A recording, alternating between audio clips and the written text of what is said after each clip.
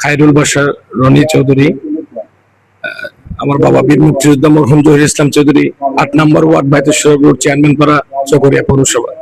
আজকে মহান 26শে মার্চ উপলক্ষে উপজেলা প্রশাসন কর্তৃক আয়োজিত আমাদের যে মুক্তিযোদ্ধা এবং মুক্তিযুদ্ধ পরিবারের সম্মানে আয়োজিত যে আজকে অনুষ্ঠান, সেখানে আমরা আসছিলাম।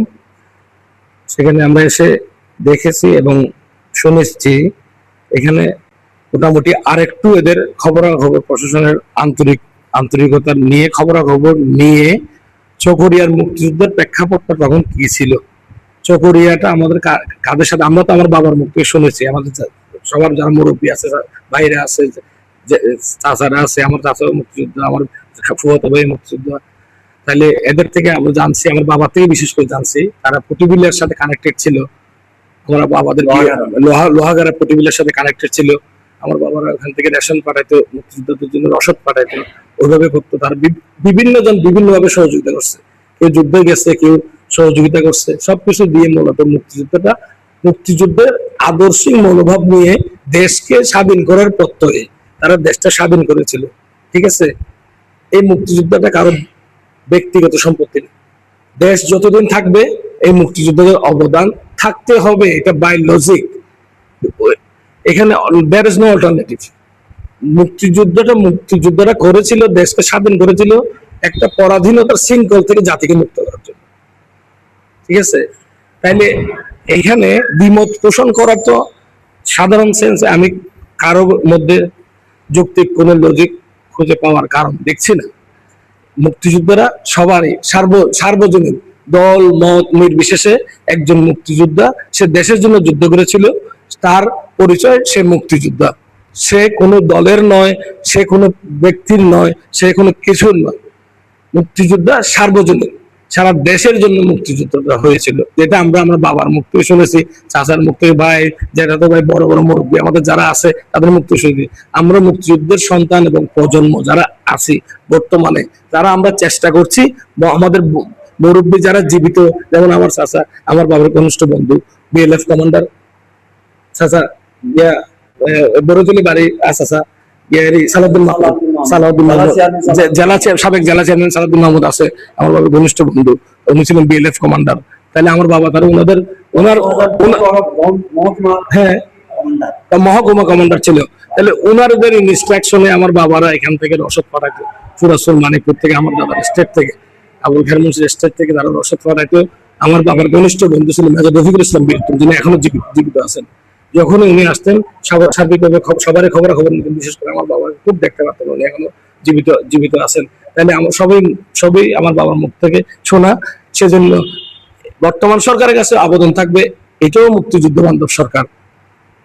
শহীদ যে মেজর জিয়া রহমানও, উনিও জবে থেকে মুক্তিযুদ্ধ অ্যাটেন্ড করছে। হ্যাঁ, চট্টগ্রামের দায়িত্ব ছিল উনি। তাইলে অস্বীকার করার, কাউকে কোনো ছোট করার কোনো কিছু নাই এখানে। মুক্তিযুদ্ধ সার্বজনীন, সর্বজনের জন্য, সর্বদলের জন্য, এখানে দ্বিমত তাদের কিছু নাই। যারা দেশকে ভালোবাসবে, মন প্রাণ দিয়ে যারা দেশের জন্য ভালোবাসবে, তাদের উচিত মুক্তিযোদ্ধাদেরকে সামান্য একটা কথা, as a freedom fighter child, he is in running PM on our country, so he will serve better, alhamdulillah. কারণ উনি একজন মুক্তিযোদ্ধার সন্তান, সে কতটুকু খারাপ করবে, পরলোক কতটুকু খারাপ করতে পারে,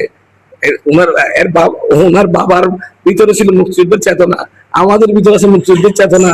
দেশের ক্ষতি কতটুকু করবে জনগণের না হয় দেখবেন, পরে আমরা দেখবো না, আগেও তো দেখেছি, এখনো দেখবো ইনশাল্লাহ। আমরা মুক্তিযুদ্ধের সন্তানেরা ওইভাবেই চেয়ে আছি, কে কিভাবে দেশের জন্য সার্ভ করতেছে। মুক্তিযোদ্ধাদের কোন অবমূল্যায়নটা যাতে মেহরবানি করে না হয় আপনাদের মাধ্যমে, মিডিয়ার মাধ্যমে, মুক্তিযুদ্ধ পরিবারের অন্তত সম্মানটুকু আমরা আর কিছু চাই না। সবকিছু আল্লাহর রহমতে আমাদেরকে আল্লাহ যথেষ্ট দিয়েছেন, এবং অতটুকুর মাঝে আমরা শুকরিয়া চিত্তে আল্লাহ লাখ লাখ শুকরিয়া, যাতে আল্লাহ ভবিষ্যতেও যাতে এইভাবে থাকতে পারি, ইজ্জত সম্মানের সাথে মুক্তিযুদ্ধ সন্তান হিসাবে আমরা জিনিসটা ধরে রাখতে পারি, কারো যাতে ক্ষতি না হয়, এবং আমাদের অধিকারটাও যাতে খর্ব না হয়, আমাদের ইজ্জতটাও যাতে আমরা পাই। মাননীয় প্রধানমন্ত্রী সহ বর্তমান আমাদের যিনি এখানকার দক্ষিণ চট্টগ্রামে বলেন, কক্সবাজারে বলেন, যেখানে বলেন, যিনি আছেন, ওনার কাছে আমাদের দাবি থাকবে, আমরা যারা মুক্তিযুদ্ধ সন্তান আছি, মুক্তিযোদ্ধার প্রজন্ম আছি, মুক্তিযোদ্ধার পরিবার দেশে আছি, আমাদের দিকে একটু সুনজর দেবেন। কারণ আমাদের বাবারা, চাচারা, ভাইয়েরা, জেঠারা সবাই মিললে এবং অসংখ্য আত্মীয়তার বাইরেও মানুষ সবাই যুদ্ধে ঝাঁপিয়ে পড়েছিল। কেন? আন্তরিকতার টানে, আদর্শের টানে, মুক্তিযুদ্ধের টানে। আমরা অন্য কিছুর জন্য আশা করিনি। এই যে কোটা মোটা এগুলো দরকার নাই, এগুলো কোনো ফ্যাক্টর না। এগুলো যারা করে তাদের এরকম, এগুলো ছোট ছোট ছোট মানুষের কাজ, এগুলো দরকার নাই। আমরা মুক্তিযুদ্ধ জিনিসটা, প্রজন্মটা, ঐতিহ্যটা, দেশের সাথে সংশ্লিষ্ট ঐতিহ্যটা আমরা ধরে রাখতে আল্লাহ দরবারে দোয়া করবো, যাতে সবাই আমাদেরকে আন্তরিক সহযোগিতা করে। আল্লাহ।